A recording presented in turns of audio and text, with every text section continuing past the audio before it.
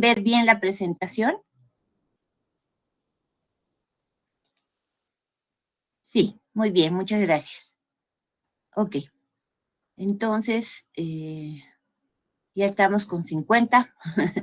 Espero que puedan entrar un poco más, pero ya empezaremos.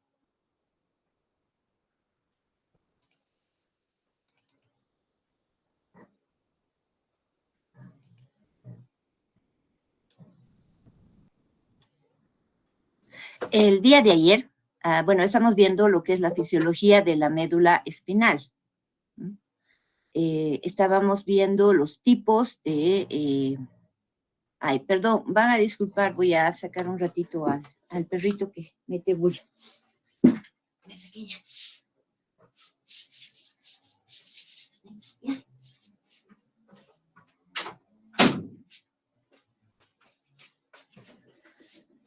Ya, ahora mejor.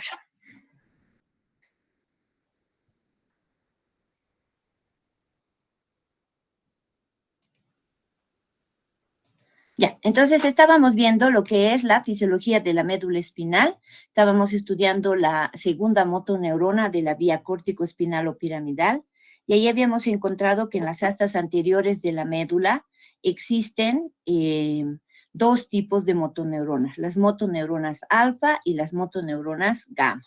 Las motoneuronas alfa son aquellas que terminan en el uso neuromuscular o uso muscular, que es en lo que nos quedamos ayer, y las motoneuronas alfa, cuyas terminaciones terminan en las fibras musculares extrafusales, es decir, las fibras musculares comunes y corrientes, ¿no?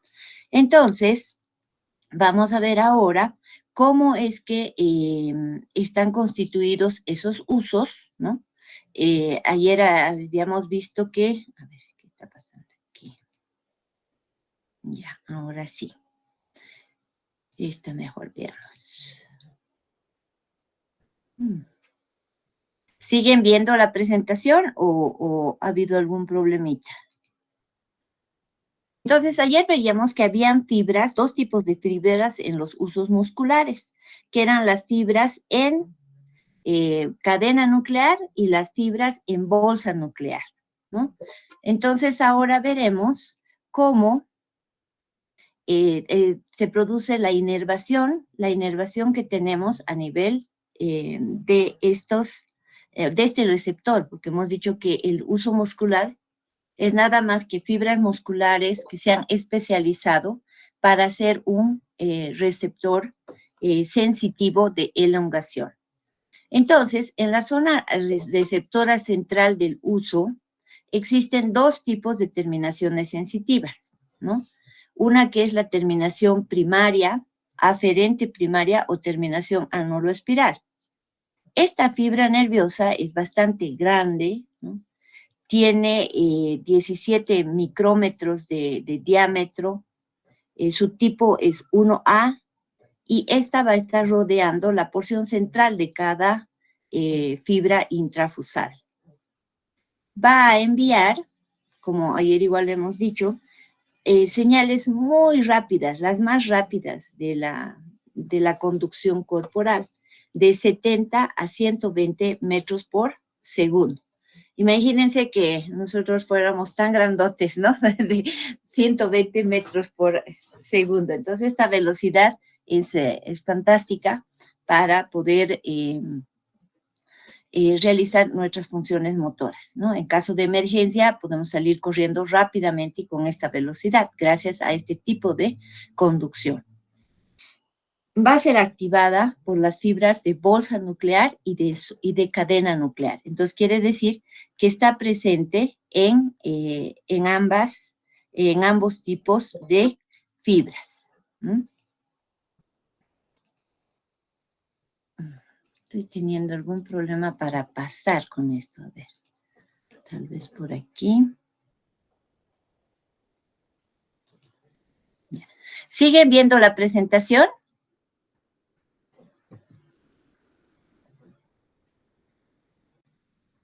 Pulgares, a ver.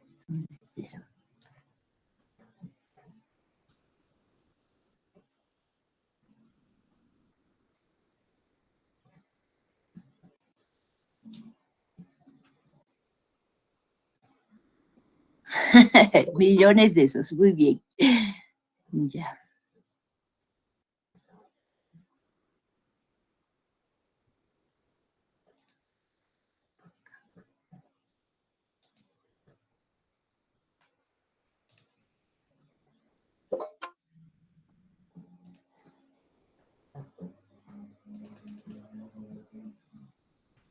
Ya.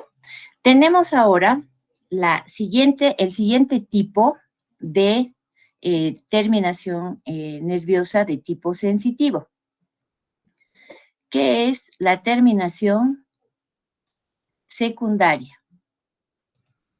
Esta va a estar situada a un lado de la terminación primaria. Tiene fibras de tipo 2, que tienen 8 micrómetros de diámetro. Rodea a las fibras intrafusales como las fibras 1A. Pero decíamos que esta se expande un poco más y va a estar armando como si fueran las ramas de un arbusto.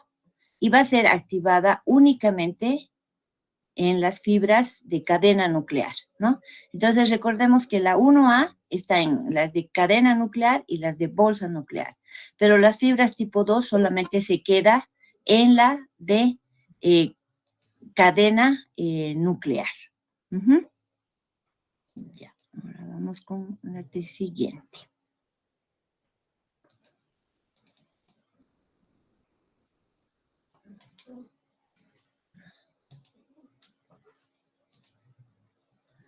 Ayer hablábamos también de dos tipos de respuestas, la respuesta estática y la respuesta dinámica.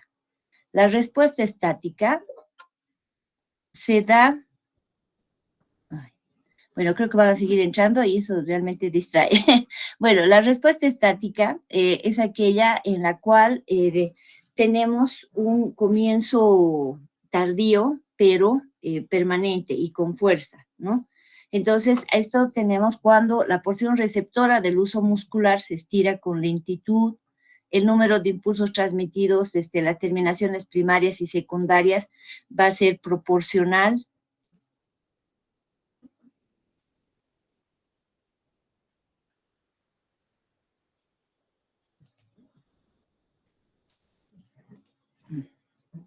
Va a ser proporcional al grado de estiramiento y las terminaciones continúan transmitiendo estas señales durante varios minutos. Eso va a ser siempre diferente a lo que son las fibras o las respuestas de tipo dinámico, ¿no? Las respuestas dinámicas son aquellas que van a estar, se van a generar rápidamente, ¿no? Y aquí vamos a tener que la longitud del receptor del uso aumenta de forma repentina, la terminación primaria, pero no la secundaria, recibe un estímulo potente.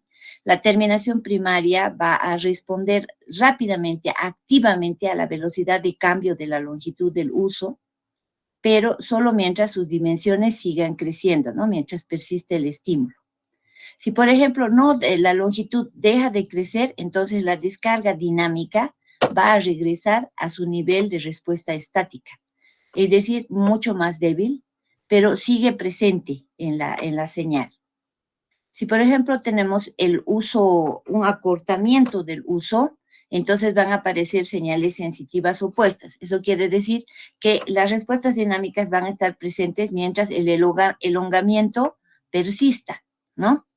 Y ahí va a transformarse a una respuesta estática si es que, digamos, ya esa longitud, si esa fibra deja de estirarse, por decirlo así. Entonces, la terminación primaria va a mandar fuertes impulsos a la médula espinal, ya sean positivos o ya sean negativos, ¿no? Para poder obtener la respuesta que necesitamos. Entonces, aquí fíjense, tenemos los dos tipos de fibras, ¿no? Las fibras arriba están las fibras en bolsa nuclear y abajo tenemos las fibras en cadena nuclear. Y ahí tenemos a las fibras gamma aferentes estáticas, ¿no? Las fibras gamma eferentes dinámicas que están rodeando a las fibras intrafusales y que representan, digamos, el sustrato anatómico fisiológico de esas respuestas dinámicas y estáticas. Como vemos también las fibras 2, que son las secundarias y aferentes, que estas solo van a estar presentes en las fibras en cadena nuclear.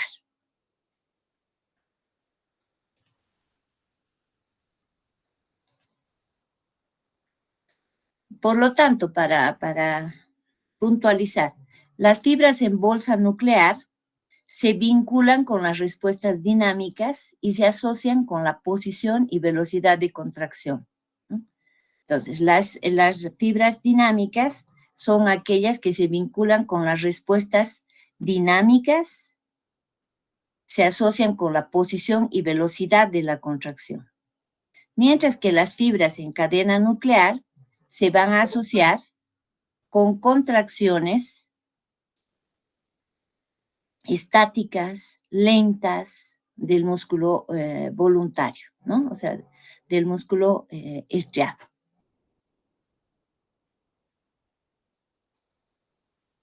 Entonces, esto sigue toda la distribución que habíamos visto, todo el trabajo fisiológico que habíamos visto desde las neuronas que están situadas en la corteza cerebral y en el cerebelo y en los ganglios basales, ¿no? Entonces, esta respuesta dinámica y estática es la que se va a ir dando paulatinamente a medida que se necesite ese tipo de respuesta, ya sea rápida o una más sostenida en el tiempo, ¿no? Entonces, el receptor, que es el uso muscular, puede excitarse por dos mecanismos, ¿no? ¿Cómo lo estimulamos entonces ese uso? Uno, primero, por el alargamiento del músculo en su conjunto, ¿no? Va a estirar la porción intermedia del uso y por lo tanto va a estimular al receptor.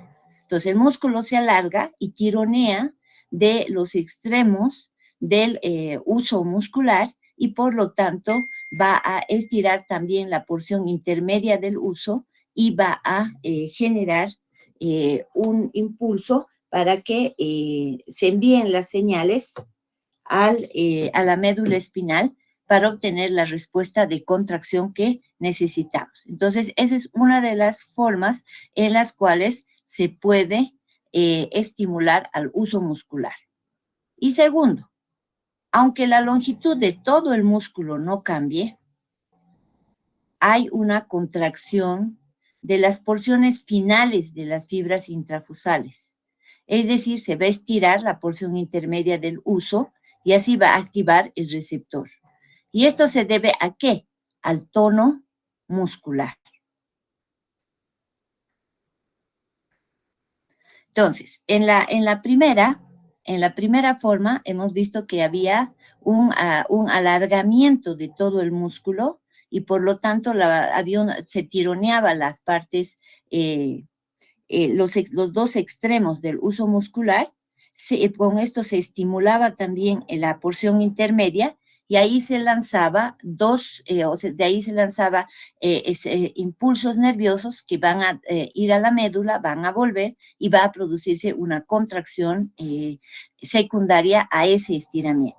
Y la segunda forma de estimular el uso muscular es aquella en la cual, aunque la longitud de todo el músculo no cambie, hay una contracción de las porciones finales de las fibras intrafusales, es decir, de sus extremos, y esos van a estirar la porción intermedia del uso. Y esto es lo que nosotros entendemos como tono muscular. Así se mantiene el tono muscular. Recuerden que hemos dicho que el tono muscular es la semicontracción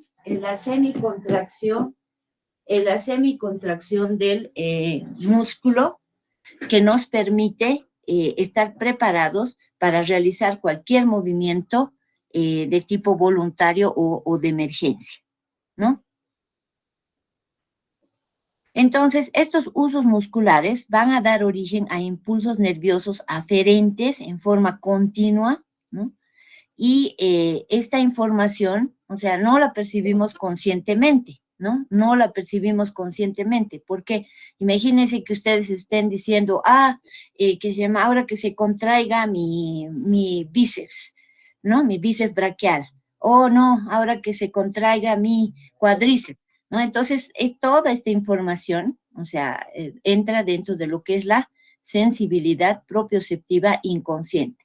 ¿Podemos tomar conocimiento de eso? Sí, si es que, digamos, habilitamos nuestra voluntad, si es que habilitamos, o sea, le prestamos atención de tal manera que pueda ser leído por la sensibilidad propioceptiva consciente, ¿no?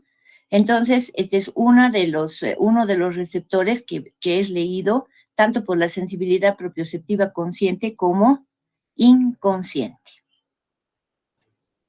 El tono muscular, entonces, es la base de la motilidad estática, de apoyo a otro grupo muscular que está en actividad dinámica o fijación de las articulaciones. Muy bien, ya.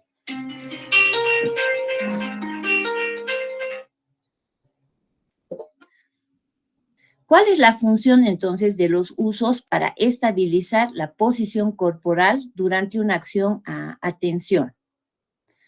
Hemos indicado que la región facilitadora bulborreticular y del tallo del encéfalo va a enviar señales estimuladoras a las fibras intrafusales vía fibras nerviosas, ¿ya? De la función, parte todo de la función bulborreticular y del tallo del encéfalo. Aquí, con esta información, se van a acortar los extremos del uso y se va a estirar su zona central, lo que va a aumentar entonces la frecuencia de descarga. Por otra parte, se van a activar los usos de ambos lados de cada articulación. Los músculos esqueléticos de estas dos zonas reciben una mayor excitación refleja, ¿no? Y los músculos tensos y tirantes que se oponen entre sí alrededor de una articulación van a hacer que se produzca una estabilización de la posición. A ver, vamos a volver a poner aquí para que entre. Ya.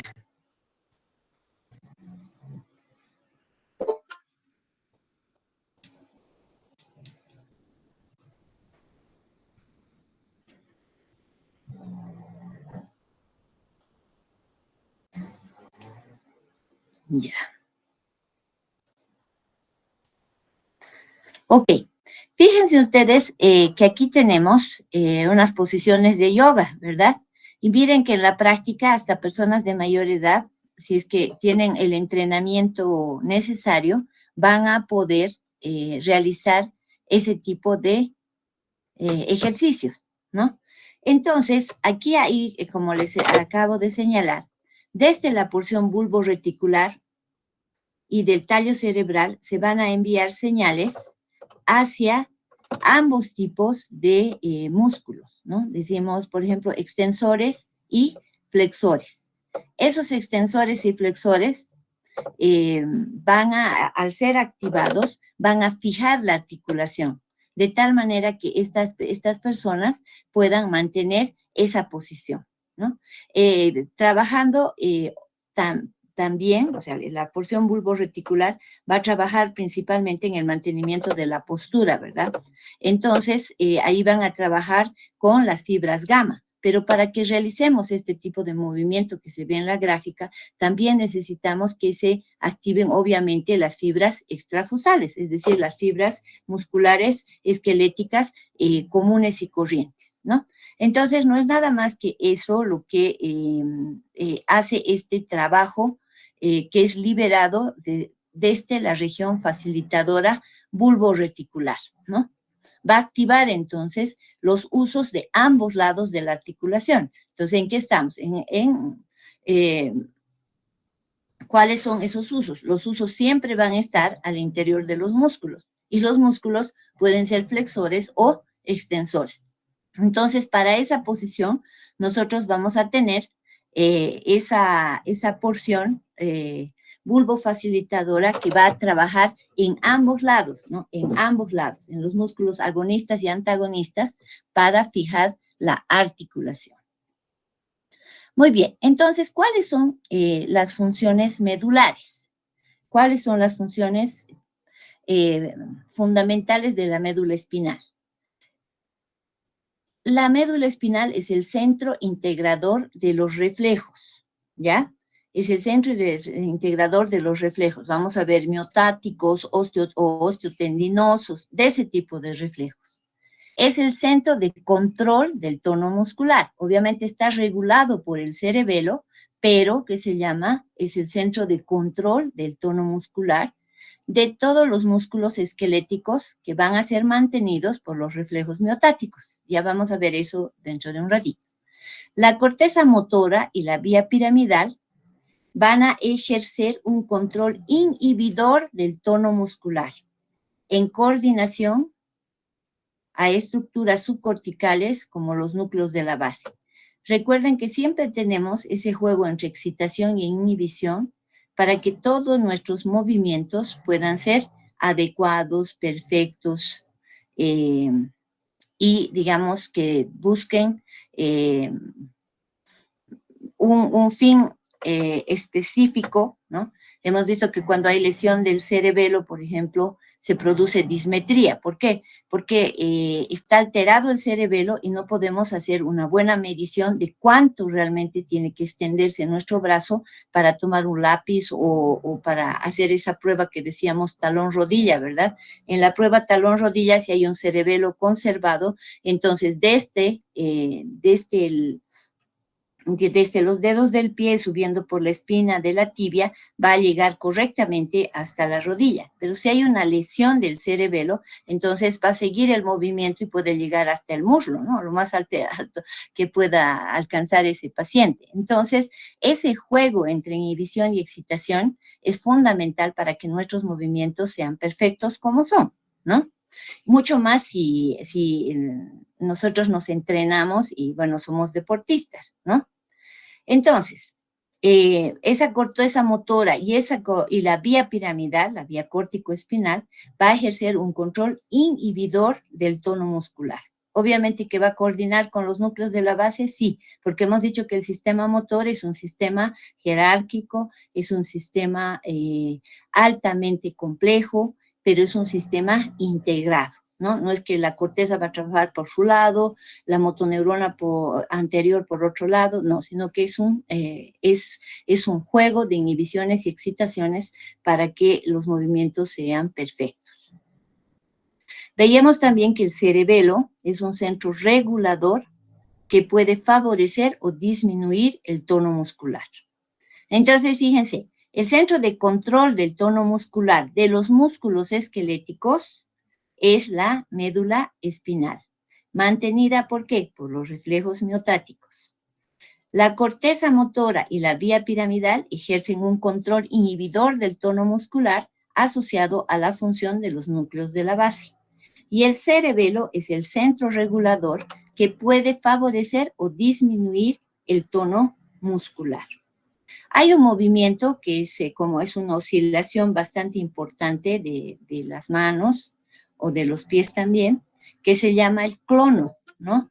En el cual este movimiento anómalo puede presentarse cuando el reflejo miotático está muy sensibilizado por liberación de la regulación superior. Entonces, esa acción de inhibición que está ejerciendo la corteza motora y la vía piramidal, cuando desaparece por una lesión, entonces vamos a tener un clon. En las clases hablábamos cuando un paciente, por ejemplo, tiene un traumatismo cráneoencefálico, ¿no? Entonces ha habido una lesión de motoneurona superior y por lo tanto, digamos, hay una liberación de esa acción inhibitoria.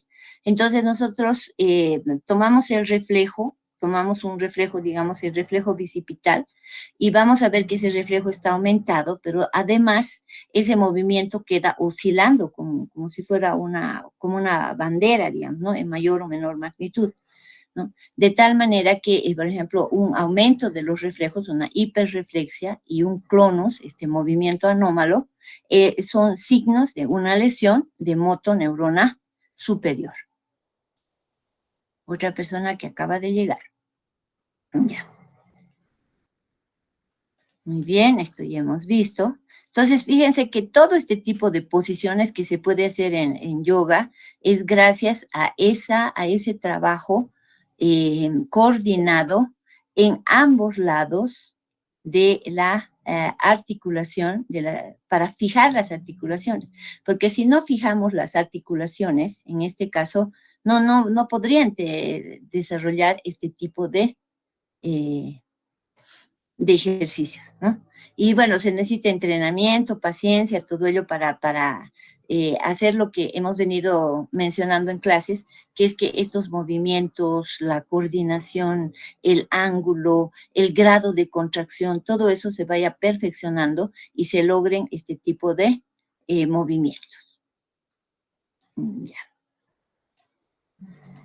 Aquí, en esta gráfica, podemos ver cómo es que, digamos, qué músculos están trabajando para mantener esa posición, ¿no? Fíjense, a ver, el deltoides está está muy contraído, ¿no? El tríceps también está contraído para fijar la articulación de los codos.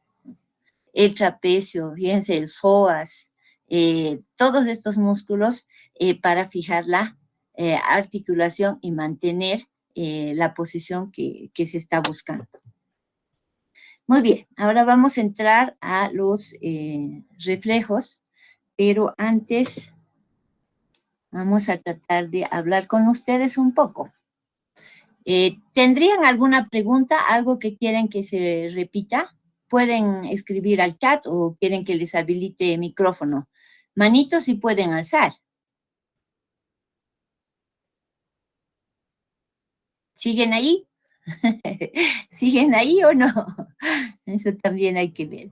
Sí, siguen ahí. Muy bien.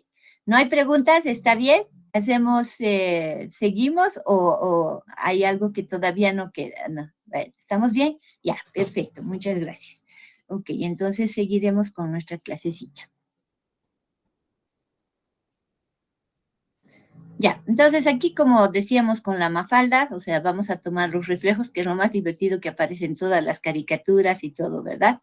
Pero realmente son sumamente importantes. Entonces, vamos a empezar a ver lo que es el reflejo miotático o de estiramiento. Este tipo de reflejos lo que producen es un estiramiento brusco del músculo. Los usos van a causar la contracción refleja de las fibras esqueléticas grandes en el músculo estirado y además sus músculos sinérgicos, ¿ya? El estiramiento repentino que se va a dar en los usos musculares golpeando su tendón de inserción o el propio vientre muscular va a originar este reflejo miotático dinámico. Va a tener una localización perfecta y estricta. Y este reflejo miotático es el que evita oscilaciones o sacudidas en los movimientos corporales. Entonces va a tener una función de tipo de amortiguación. Entonces, volviendo aquí al dibujito, porque he pasado rápido. Lo que vamos a hacer, o sea, cuando nosotros golpeamos el tendón de inserción de un músculo y cuando o su propio vientre muscular, estamos produciendo una elongación, un estiramiento. ¿Y cuál es el receptor de estiramiento? El uso muscular o el uso neuromuscular, o sea, recibe los dos nombres. Entonces, si lo estamos alargando, ese alargamiento, ese estiramiento de ese músculo está siendo detectado por el uso muscular. ¿Por qué? Porque a medida que se estiran las fibras musculares extrafusales, las fibras musculares comunes y corrientes, se va a jalar, se va a estirar también las porciones contráctiles, es decir, los extremos de los usos musculares. Y con eso se va a generar que las terminaciones nerviosas detecten este estiramiento y envíen una señal a la médula espinal para producir como respuesta la contracción, para que no se siga estirando ese músculo como si fuera un elástico, y hasta el mismo elástico, si lo seguimos estirando, algún rato se va a romper, ¿verdad? Entonces, ese es nuestro sensor, nuestro receptor de estiramiento, es el uso muscular, ¿no? ¿Y cómo estimulamos eso? Nada más que en el reflejo miotático percutimos ya sea el tendón de inserción de ese músculo o el propio vientre muscular, se produce el estiramiento, este es detectado por el uso muscular, se generan las señales sensitivas a la médula espinal y vuelve la respuesta de tipo motora que nos dice se contrae este músculo porque no se puede seguir estirando, ¿ya? No es nada más que eso el reflejo miotático, ¿no? Y lo vamos a ver con más calma aquí. Listo. Entonces, aquí tenemos el arco reflejo, el arco que va a responder a este tipo de estímulo. Entonces, fíjense que tenemos en el lado inferior izquierdo el receptor, ¿no? Entonces, vamos a percutir el tendón de inserción de ese músculo, ¿ya? O también podemos golpear el vientre muscular de ese músculo. Este estiramiento es identificado por el uso neuromuscular, ¿sí? Aquí se señalan, se envían señales aferentes, recuerden que aferentes que va de la periferia al centro, hacia la médula espinal. Va por los nervios sensitivos, entra por el asta posterior, hace sinapsis con el centro integrador, es la motoneurona, las motoneuronas correspondientes del nivel medular que corresponda.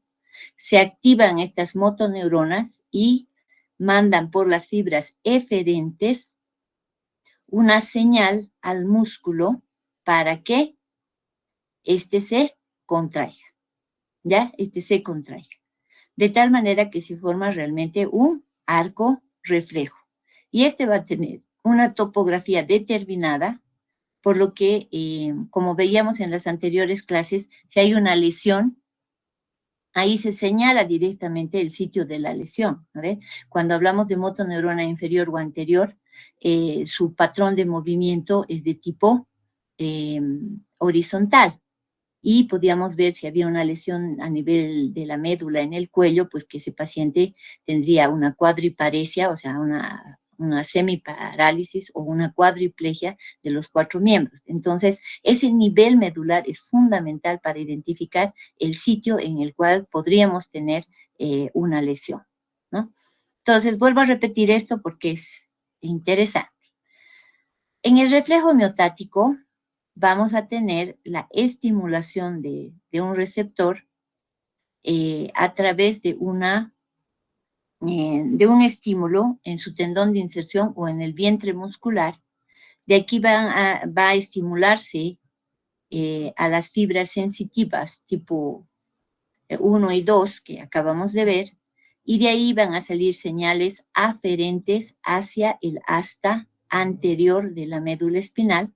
Obviamente van a pasar por el asta posterior, van a hacer sinapsis, ¿no? Una sinapsis entre una neurona sensitiva y una neurona motora, una motoneurona, y de ahí va a salir la señal efectora, motora hacia el músculo para que se produzca la contracción y disminuya ese elongamiento.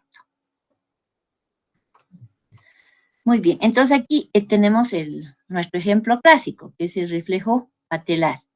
Fíjense ustedes que lo que se está percutiendo es el tendón del cuádriceps, ¿no? Entonces, con esa percusión, nosotros hemos producido un elongamiento de este músculo, un elongamiento del cuádriceps, ¿ya?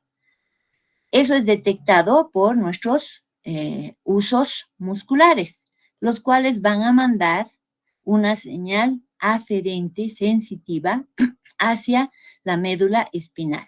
Esa información entra por las astas posteriores,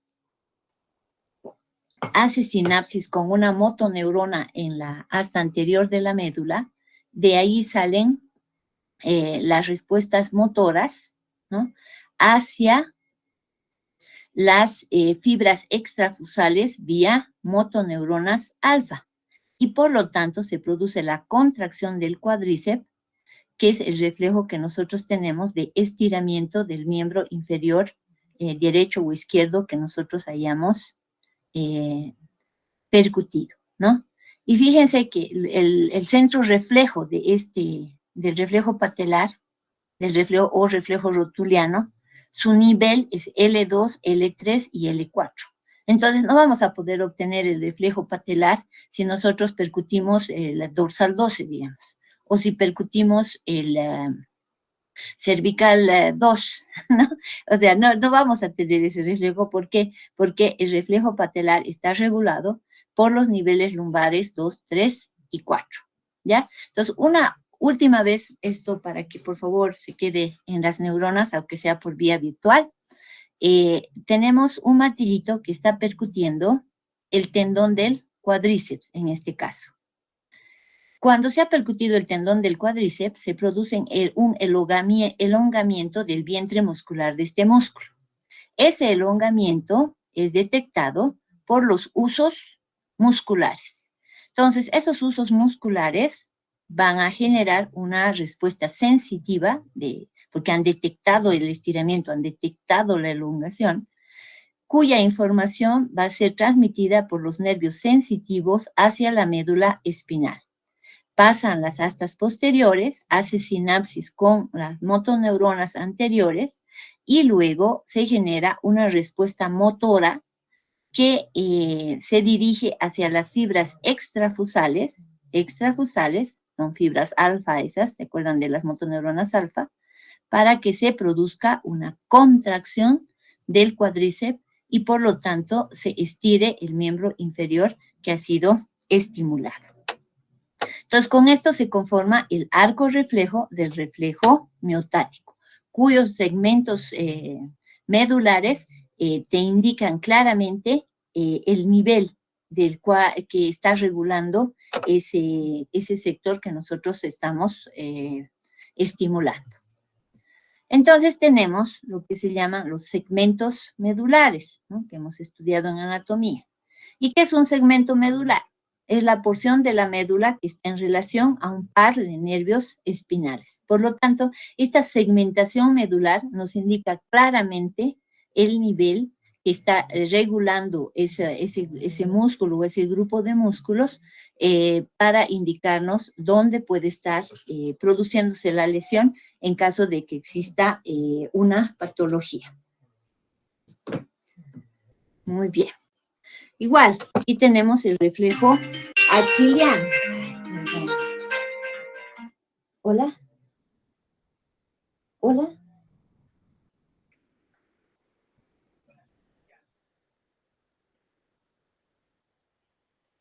Ya.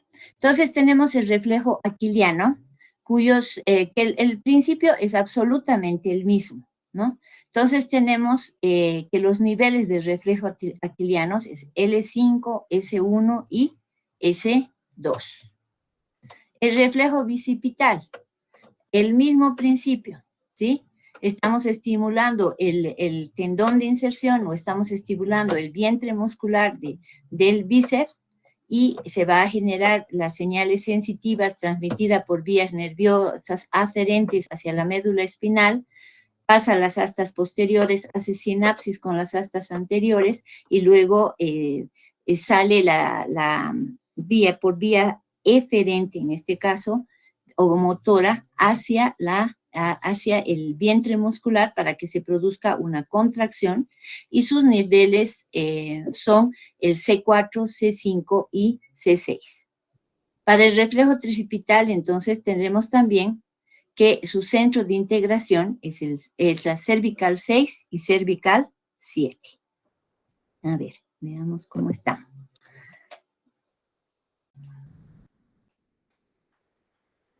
Listo. Bueno. Ay, hola, disculpe, estoy en clase, no puedo atender.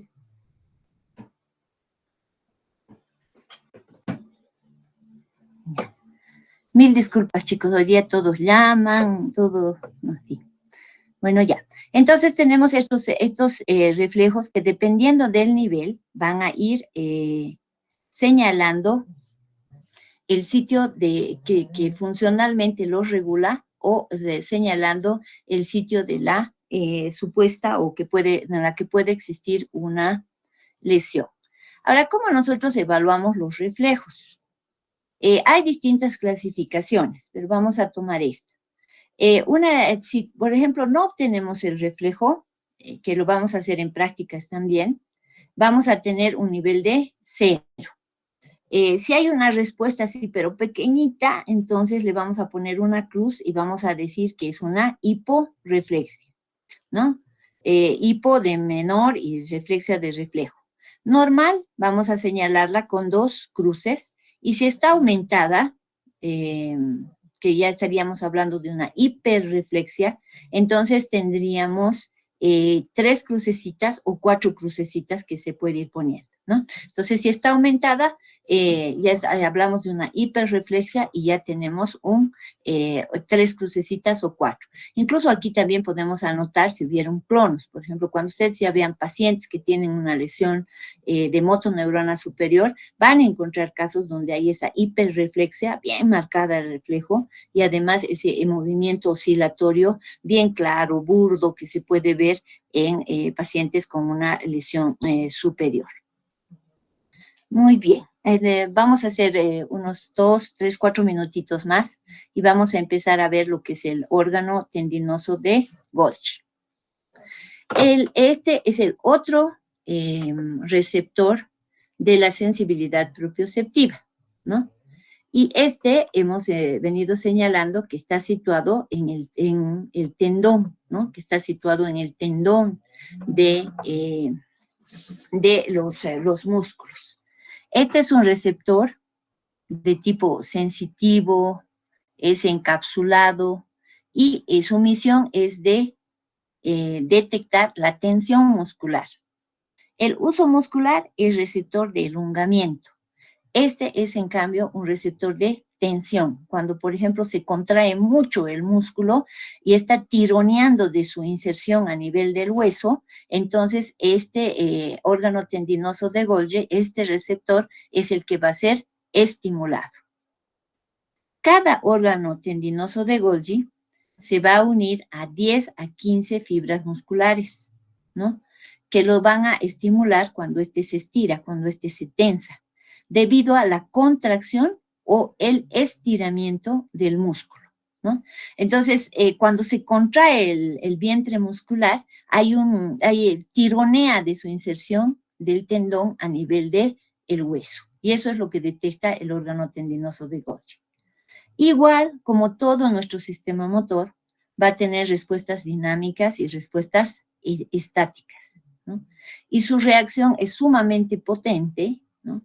Cuando la tensión muscular aumenta bruscamente. Esto es igual, una respuesta de tipo dinámica. Pero aquí un poco más que en el uso muscular, su frecuencia de disparo va a ir disminuyendo rápidamente al valor de la tensión. Y esto vamos a ver la respuesta estática. Para ser claro, siempre la respuesta dinámica es rápida y potente, ¿no? Y después se transforma en una respuesta estática que es ya más lenta, pero de mayor duración. Los órganos tendinosos de Golgi van a transmitir por fibras nerviosas grandes y rápidas, que son del tipo 1B de 16 micrómetros, igual que nuestros usos musculares. Esa información sensitiva se dirige hacia el asta posterior de la médula, obviamente que va a subir al cerebelo, va por el fascículo espinocerebeloso y a la corteza cerebral, ¿no? Entonces, llega a la médula espinal, pero ¿se entera en la corteza? Sí, siempre se va a enterar la corteza, pero en los reflejos vamos a tener una respuesta mucho más rápida del nivel medular, porque es reflejo, ¿no? Entonces, una vez que ya ha salido la orden de respuesta de la médula espinal, ¿no? Se va a enterar la corteza cerebral, ¿Qué quiero decir? Que en un reflejo necesitamos que esto sea sumamente rápido. Y esos segundos de latencia, esos segundos de retardo entre que vaya de la médula espinal a la corteza puede significar un daño para nuestro cuerpo. Entonces, la médula espinal toma ese momento, está en sus funciones, está en sus responsabilidades, ¿no?